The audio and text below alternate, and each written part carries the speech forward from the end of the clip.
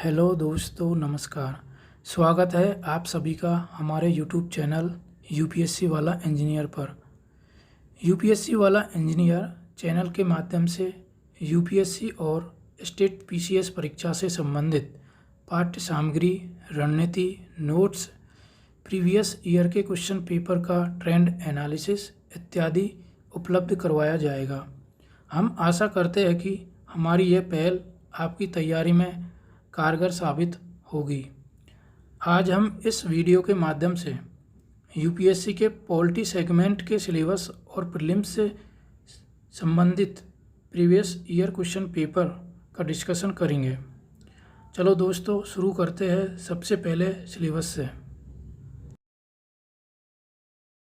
भारतीय राजनीति और शासन।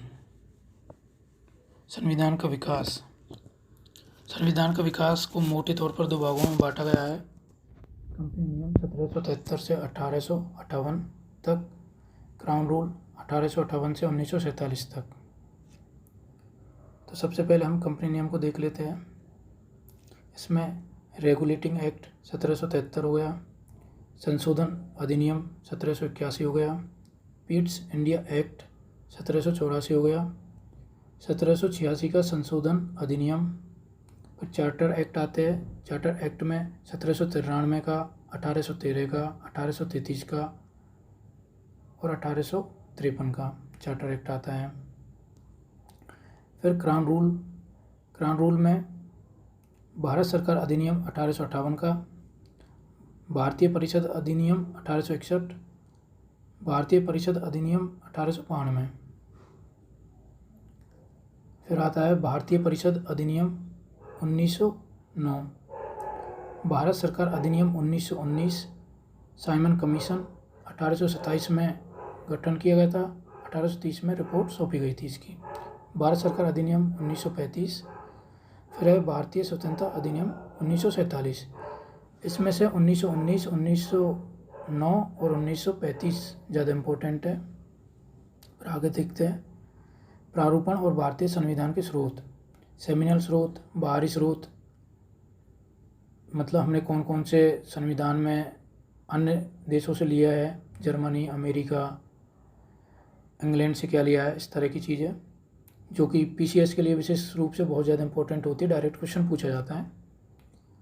फिर आता है विकासात्मक स्रोत, संवैधानिक आचरण, संविधान की महत्वपूर्ण समितियाँ जैसे प्रारूप समिति हो गई, विधानसभा और उनके अध्यक्ष।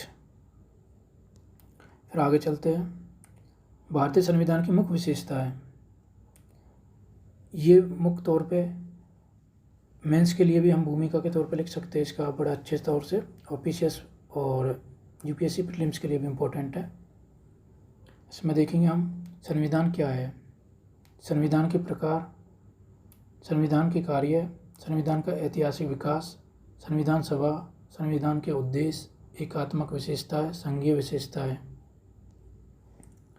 इसके बाद राजनीतिक व्यवस्था के प्रकार, राजनीतिक व्यवस्था के प्रकार, सरकार के प्रकार, सरकार का संसदीय स्वरूप, राष्ट्रपति प्रणाली की विशेषताएं। इनसे प्रीलिम्स में भी ठीक ठाक क्वेश्चन पूछे जाते हैं यूपीएससी में। ये थोड़ा मतलब बेसिक है, अच्छे से पढ़ोगे तो बड़ी समझ भी विकसित होती है। फिर अर्धराष्ट्रपति प्रणाली की विशेषताएं। फिर भारतीय संविधान के अनुसार बहुमत के प्रकार, बहुमत, पूर्ण बहुमत हो गया, प्रभावी बहुमत हो गया, साधारण बहुमत होता है, विशेष बहुमत होता है। विशेष बहुमत ही दो तरह का होता है। इसमें एक में आधे से अधिक राज्यों की अनुमति लेनी पड़ती है। संविधान का मूलभूत ढांचा से संबंधित कोई संविधान संशोधन करना है तो।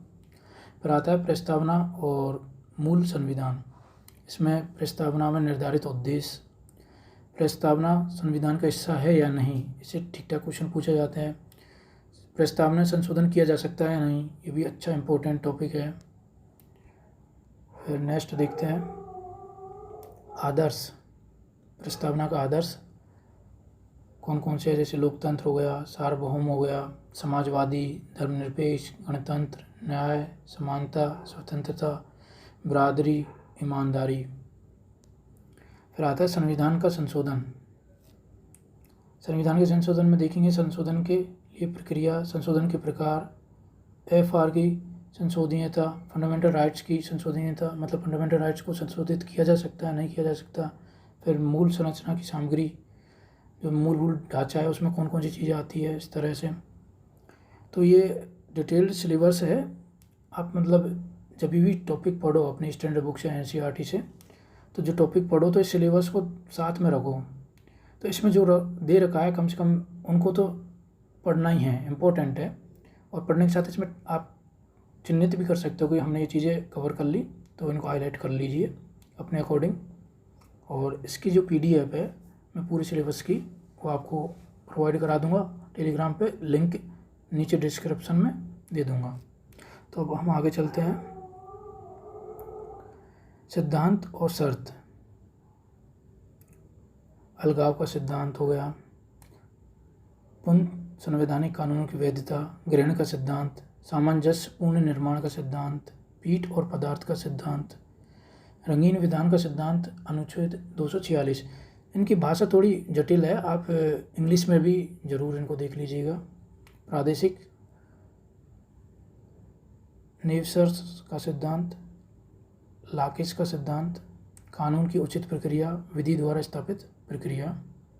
मैं भी इंग्लिश में प्रोवाइड करा दूंगा आपको, अभी हिंदी में ही देखते हैं।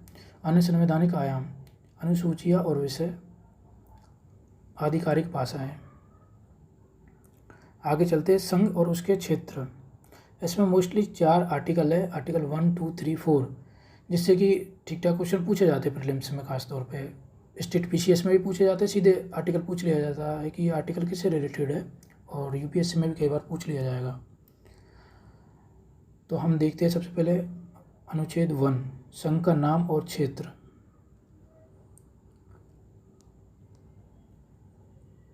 राज्य के लिए समिति आयोग, पुनर्संगठन, राज्य पुनर्गठन आयोग,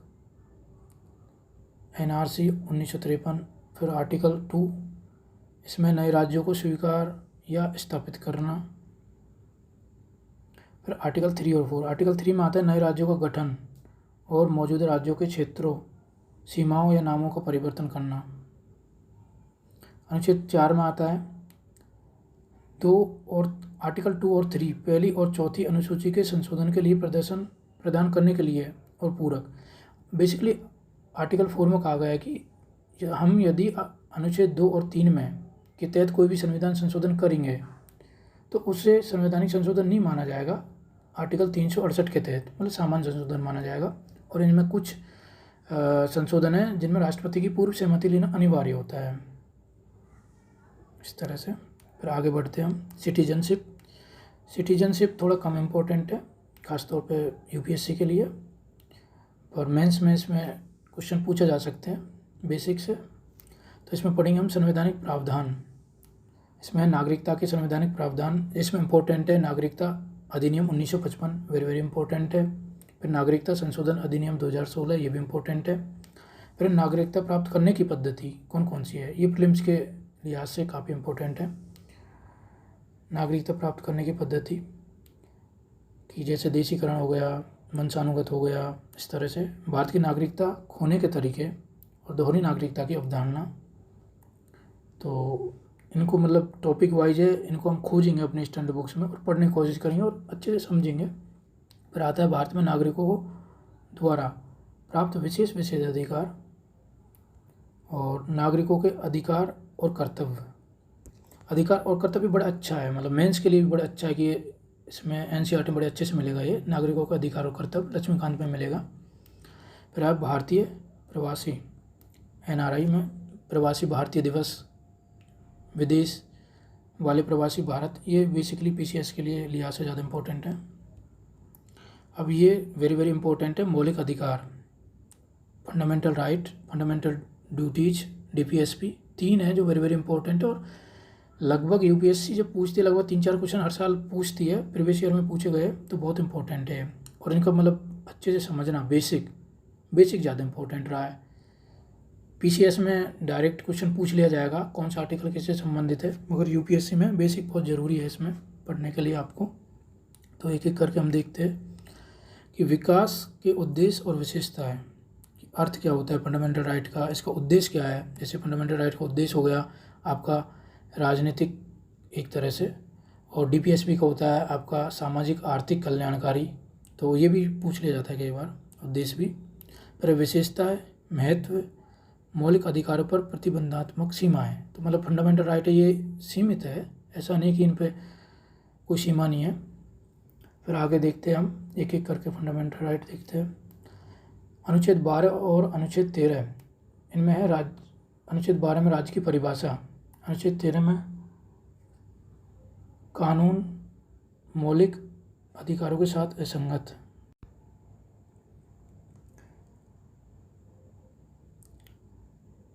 फिर देखते हैं समानता का अधिकार, जिसके अंदर आता है आर्टिकल 14, आर्टिकल 15, आर्टिकल 16, आर्टिकल 17 और आर्टिकल 18। और फिर आता है स्वतंत्रता का अधिकार, इसके अंदर आर्टिकल 19, आर्टिकल 20, आर्टिकल 21, आर्टिकल 22। फिर आता है शोषण के खिलाफ अधिकार, जिसमें 2 आर्टिकल आते हैं, अनुच्छेद 23 और अनुच्छेद 24।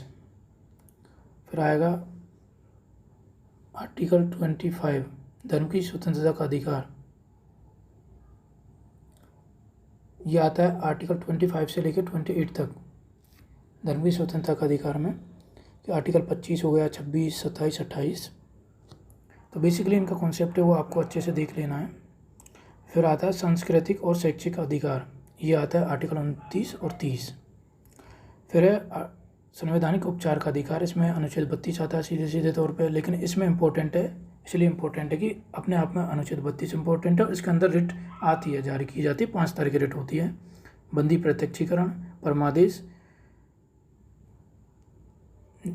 सर्टियोरियरी निषेध, क्यू वारंट। तो इसमें जो बंदी प्रत्यक्षीकरण है ये केवल मात्र एक ऐसी रिट है जो निजी और सरकारी दोनों के खिलाफ जारी की जाती है। फिर आता है फंडामेंटल राइट के अन्य आयाम, जिसमें आर्टिकल आ गए 33, 34, 35, 35A। तो इसमें कोर्ट ऑफ मार्शल लॉ ये आते हैं। फिर देखते हैं हम DPSP,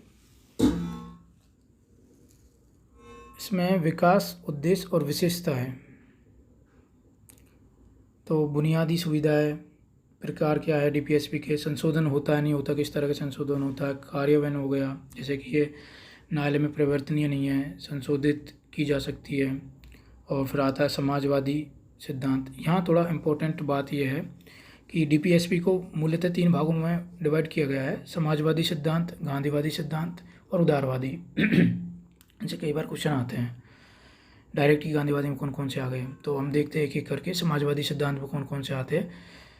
article 38, article 39, article 39A, article 41, article 42 और आर्टिकल 43, आर्टिकल 43A, आर्टिकल 47, इस तरह गांधीवादी सिद्धांत में आते हैं और इनको आप देख लीजिएगा। फिर आगे चलते हैं हम नेक्स्ट उदारवादी में 44, 45, 48, 48A, 49, 50 आते हैं। फिर निर्देशक सिद्धांत भाग 4 के बाहर कौन कौन से हैं, आर्टिकल 335 भाग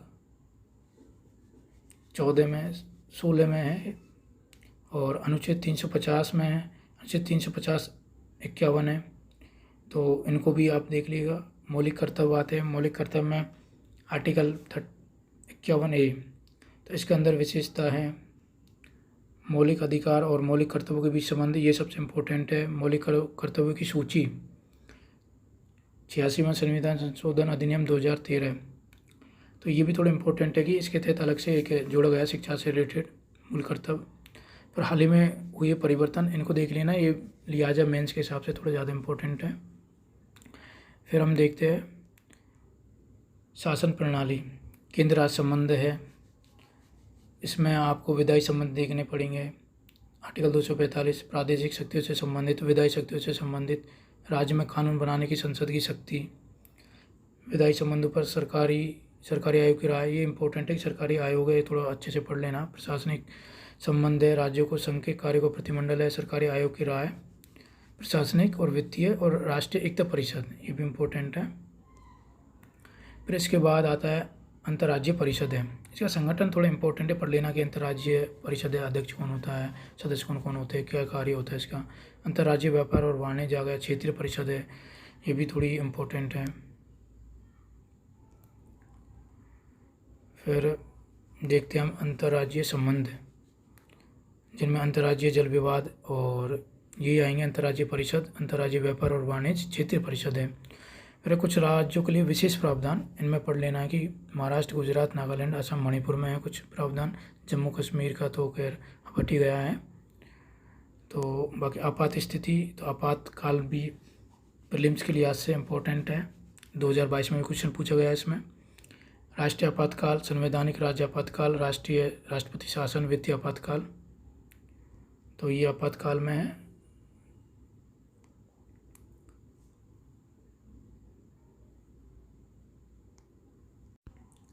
संघ कार्यपालक, इसमें हम राष्ट्रपति है, तो राष्ट्रपति से रिलेटेड जो भी इम्पोर्टेंट है, इनकी जो शक्ति है, महाभियोग प्रक्रिया है, चुनाव प्रक्रिया है, तो अध्यादेश है, तो इनको आप जो टॉपिक दे रखे हैं इनको अच्छे से पढ़िएगा। जब कम से कम आप पढ़ो, स्टैंडर्ड बुक लक्ष्मीकांत है या एनसीईआरटी है, तो इनको हाईलाइट करते जाए साथ में।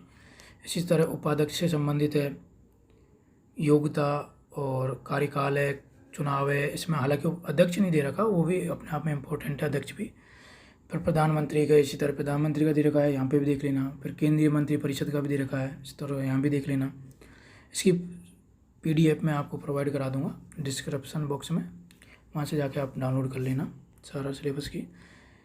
फिर आता है संविधान मंडल, इसमें संसद का संगठन आता है। संसद की कार्यप्रणाली हो गई, संगठन है, सत्र, विशेषाधिकार है, व्यक्तिगत विशेषाधिकार है, संसद के सदन है, संसद, लोकसभा और राज्यसभा, तो इनकी संरचनाएं हैं। तो संसद बहुत वेरी इंपॉर्टेंट टॉपिक है, 5 स्टार है। UPSC के लिए तो बहुत ज़्यादा इंपॉर्टेंट है, मतलब इससे क्वेश्चन आते हैं और थोड़ी डीपली क्वेश्चन आते हैं, कॉन्सेप्ट बेस्ड। फिर आता है आपका संसद की विधायी प्रक्रिया और समितियाँ, समितियों से आ जाएगी। धन विधेयक बहुत इंपॉर्टेंट है, क्वेश्चन आते हैं।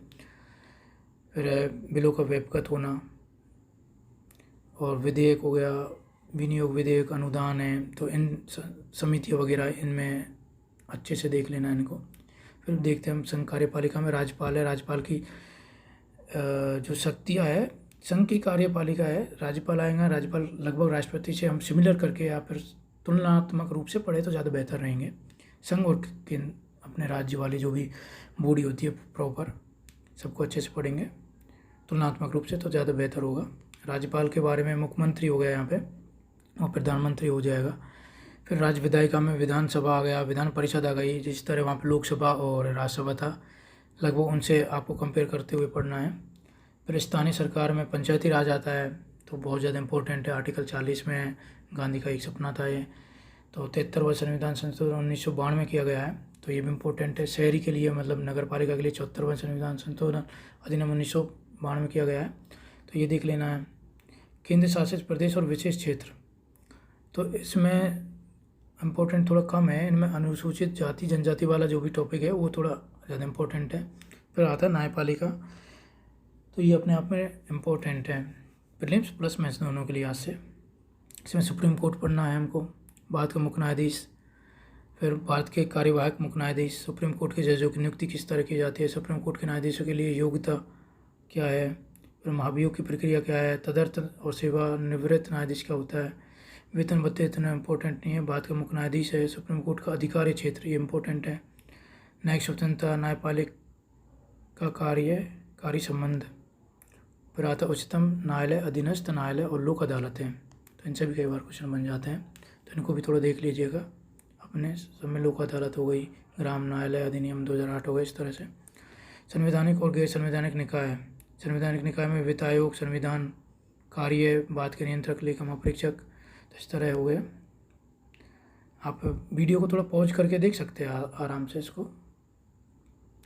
फिर आता है गैर संवैधानिक निकाय, मतलब ये होता है संगठन से क्वेश्चन पूछे जाते हैं कि कौन संवैधानिक है, कौन संविधानेतर है, कौन केवल विधायी है, इस तरह से गैर संवैधानिक हो गए। तो इस तरह से ठीक ठाक क्वेश्चन पूछे जाते हैं इनसे। केंद्रीय सूचना आयोग, राज्य सूचना आयोग, लोकपाल, राष्ट्रीय मानवाधिकार आयोग, राज्य मानवाधिकार आयोग, CBB। इसमें भी वित्त आयोग है, थोड़ा इसमें भी इम्पोर्टेंट है। और हमारी कैग हो गया, वित्त आयोग हो गया, और निर्वाचन आयोग हो गया, UPSC वाला हो गया। तो ये इम्पोर्टेंट टॉपिक है जो संवैधानिक के ज़्यादा इम्पोर्टेंट है वो। अब हम आपको थोड़ा सा इसके प्रीवियस ईयर में जो क्वेश्चन आए प्रीलिम्स में उनका ट्रेंड दिखा देते हैं एक बार कि पॉलिटी से कितने क्वेश्चन आए। जैसे यदि हम बात करें तो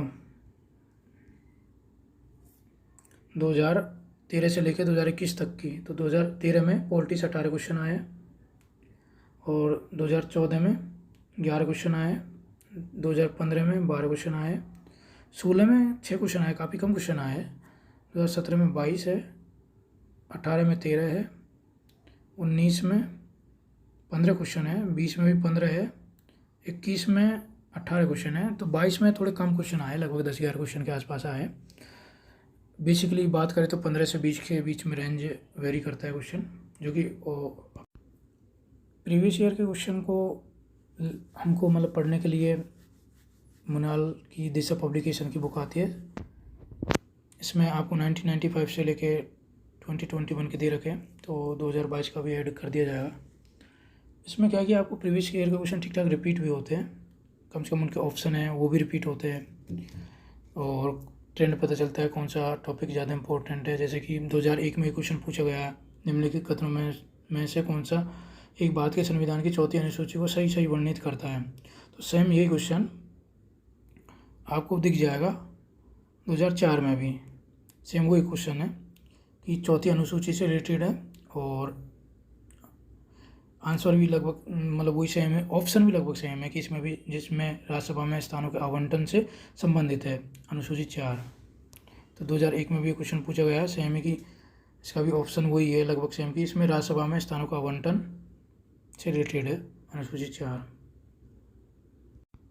इस तरह आप थोड़ा ट्रेंड पकड़ेंगे कि 2008 है, तो इसमें जो शुरू आती है फंडामेंटल राइट DPSP उसे कितने क्वेश्चन पूछे गए हैं, तो आप थोड़ा पॉज करके देख लीजिएगा, लगभग 5-6 क्वेश्चन पूछे गए हैं। तो इस तरह से आप दृष्टि पब्लिकेशन का भी आता है, वो भी देख सकते हो। तो आपको हमने आज पूरा पॉलिटी का सिलेबस है डिटेल में डिस्कशन किया है, उसके अकॉर्डिंग आप पढ़ सकते हो जब भी आप अपनी स्टैंडर्ड बुक से पढ़ो। और अब ये जो क्वेश्चन पेपर है प्रीवियस ईयर के, उनको भी हम लाएंगे एक अलग वीडियो में, ये इसी वीडियो में डिस्कशन करेंगे, थोड़ी लेंथी हो जाएगी, तो उसके लिए एक सेपरेट वीडियो बनाई जाएगी जिसमें पॉलिटी के सारे प्रीवियस ईयर के क्वेश्चन डिस्कशन किए जाएंगे दिशा पब्लिकेशन से, और जो दृष्टि की बुक है प्रीवियस ईयर वाली उससे सारे क्वेश्चन 1995 से लेके 2022 तक के 2022 तक के क्वेश्चन हैं वो प्रोवाइड किए जाएंगे आपको नेक्स्ट वीडियो में।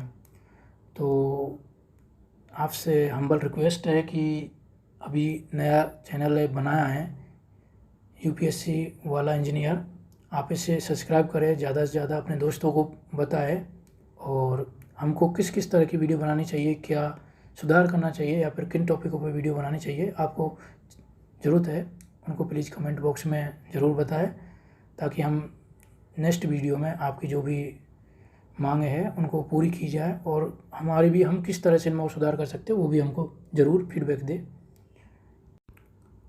वीडियो देखने के लिए बहुत बहुत धन्यवाद आप सभी लोगों को। जय हिंद, जय भारत।